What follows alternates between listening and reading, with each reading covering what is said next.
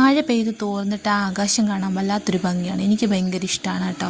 അപ്പോൾ പൊന്നൂസിനെ ട്യൂഷന് കൊണ്ടുവിടാൻ പോവുകയാണ്. എന്നും ഞാൻ ഈ ഗേറ്റിൻ്റെ അവിടെ കാഴ്ചക്കാരിയായിട്ട് നിൽക്കുമെങ്കിൽ ഇന്ന് വിചാരിച്ച് കൂടെ പോയേക്കാന്ന്. കാരണം അവിടെയൊക്കെ മഴ പെയ്ത് തെന്നിക്കിടക്കുകയാണ്. നമ്മുടെ മതിലിൻ്റെ അടുത്ത് നിൽക്കുന്ന പേരമരത്തിലെ കുറേ കായ്കളൊക്കെ വന്നിട്ടുണ്ട് കേട്ടോ. അതിൻ്റേതായ സന്തോഷം ഞങ്ങൾ അമ്മയും മോക്കും ഉണ്ട്. എന്നിട്ട് ഞാനും എൻ്റെ പൊന്നൂസും കൂടെ പോകുന്നതെന്ന് വെച്ച് കഴിഞ്ഞാൽ കഥകളാണ് പറയുന്നത്. ഞാനൊരു ട്യൂഷൻ കള്ളിയായിരുന്നു. കാരണം ഞാൻ ട്യൂഷന് പോകാൻ പനിയാ, വയറുവേദനയാ, അങ്ങനെ പല പല കള്ളങ്ങൾ പറഞ്ഞുകൊണ്ട് ട്യൂഷന് പോകാതിരിക്കുമായിരുന്നു. ഞാൻ ആ കഥയൊക്കെ അവളോട് പറഞ്ഞു കൊടുക്കുമായിരുന്നു. ഞാനീ പറയുന്ന കഥ കേട്ട് എനിക്ക് നേരെ തന്നെ നീ 50 തിരിച്ചു വിടരുതെന്ന് ഞാൻ പറയുകയായിരുന്നു. അപ്പം നമ്മൾ ഈ കൈ കോർത്ത് പിടിക്കുമ്പോൾ അവർക്ക് വല്ലാത്തൊരു സേഫ്റ്റി അല്ലേ. അപ്പം എന്താ പറയുക അല്ലേ, പണ്ട് എൻ്റെ അമ്മയുടെ കൈ ചേർത്ത് പിടിച്ച് പോകുന്ന അതേ ഫീലാണ് എനിക്കിപ്പം പൊന്നൂസിൻ്റെ കൈ പിടിക്കുമ്പം കിട്ടുന്നതായിട്ട്. എന്തോ ഒരു സുരക്ഷിതത്വം അവളിൽ കൂടെ എനിക്ക് അനുഭവിക്കാൻ കഴിയുന്നുണ്ട്. അപ്പം ഞങ്ങളിങ്ങനെ പറയുമായിരുന്നു, ഇവിടുന്ന് തെന്നി വീണാൽ അമ്മയും മോളും നേരെ ദാണ്ട് ആ റബ്ബർ തോട്ടത്തിൽ പോയി കിടക്കുമെന്ന്.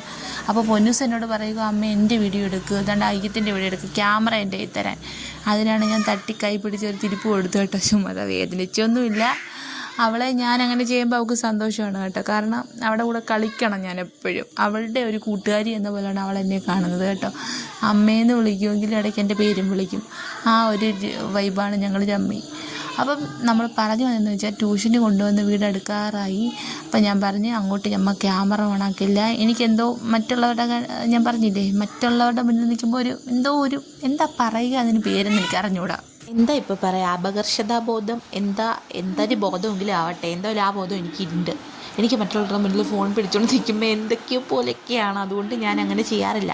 അവിടുന്ന് നേരെ വഴുക്കലും തെറ്റലും ഒക്കെ നോക്കി സൂക്ഷിച്ച് തെന്നി വീണാൽ വല്ലവരുമൊക്കെ ചിരിക്കത്തില്ലേ. അതുകൊണ്ട് അത് പേടിച്ച് ഞാൻ പതുക്കെ കയറി വന്നിട്ട് അങ്ങോട്ടും ഇങ്ങോട്ടും നോക്കി ഇങ്ങനെ നിന്നു കുറച്ച് നേരം. കാരണം കൂടെ വന്ന ആൾ മിസ്സിങ് അല്ലേ. എത്ര വീടിനെടുത്തായാലും പെട്ടെന്ന് നമ്മുടെ കൂടെ വന്നിട്ട് അടുത്തുനിന്ന് മാറുമ്പോൾ ഒരു വിഷമമാണ്. അത് കഴിഞ്ഞ് വന്നിട്ട് ഞാൻ പിന്നെയും കുറച്ച് നേരം അവിടെയൊക്കെ ഇരുന്നിട്ട് 6 മണിയായപ്പോൾ വിളക്ക് കത്തിച്ചു കേട്ടോ. വിളക്ക് കത്തിക്കുന്ന സമയത്ത് ഞാൻ ചിന്തിക്കുകയായിരുന്നു, ക്യാമറ അകത്ത് വെച്ചിട്ട് ഞാൻ ഈ വീഡിയോ എടുക്കുമ്പോൾ ഒരു ആർട്ടിഫിഷ്യലായിട്ട് എനിക്ക് തന്നെ ഫീൽ ചെയ്യുന്നുണ്ട് കേട്ടോ. കാരണം നമ്മൾ അങ്ങോട്ടങ്ങ് നോക്കി പോവുക കേട്ടോ. പ്രാർത്ഥിക്കാനും ഒന്നും പറ്റുന്നില്ല.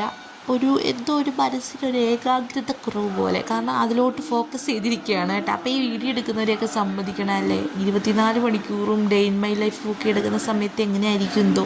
ഞാനതൊന്നും എടുത്ത് തുടങ്ങിയില്ലല്ലോ. ഇനി എടുത്ത് തുടങ്ങുമ്പോൾ ഞാനും ഇതുപോലൊക്കെ ആയിരിക്കും എന്നൊക്കെ ഞാൻ മനസ്സിൽ 100 കൂട്ടം ചിന്തകൾ എൻ്റെ കൃഷ്ണനോട് അങ്ങ് പ്രാർത്ഥിക്കുകയാണ്. ഞാൻ കൃഷ്ണനെയാണ് എപ്പോഴും പ്രാർത്ഥിക്കുന്നതും എൻ്റെ കയ്യിലുള്ള വിഗ്രഹങ്ങളും. അപ്പോൾ കൃഷ്ണനെ തന്നെ നോക്കി ഇതെല്ലാം മനസ്സിലങ്ങ് ചിന്തിക്കുന്നുണ്ട്.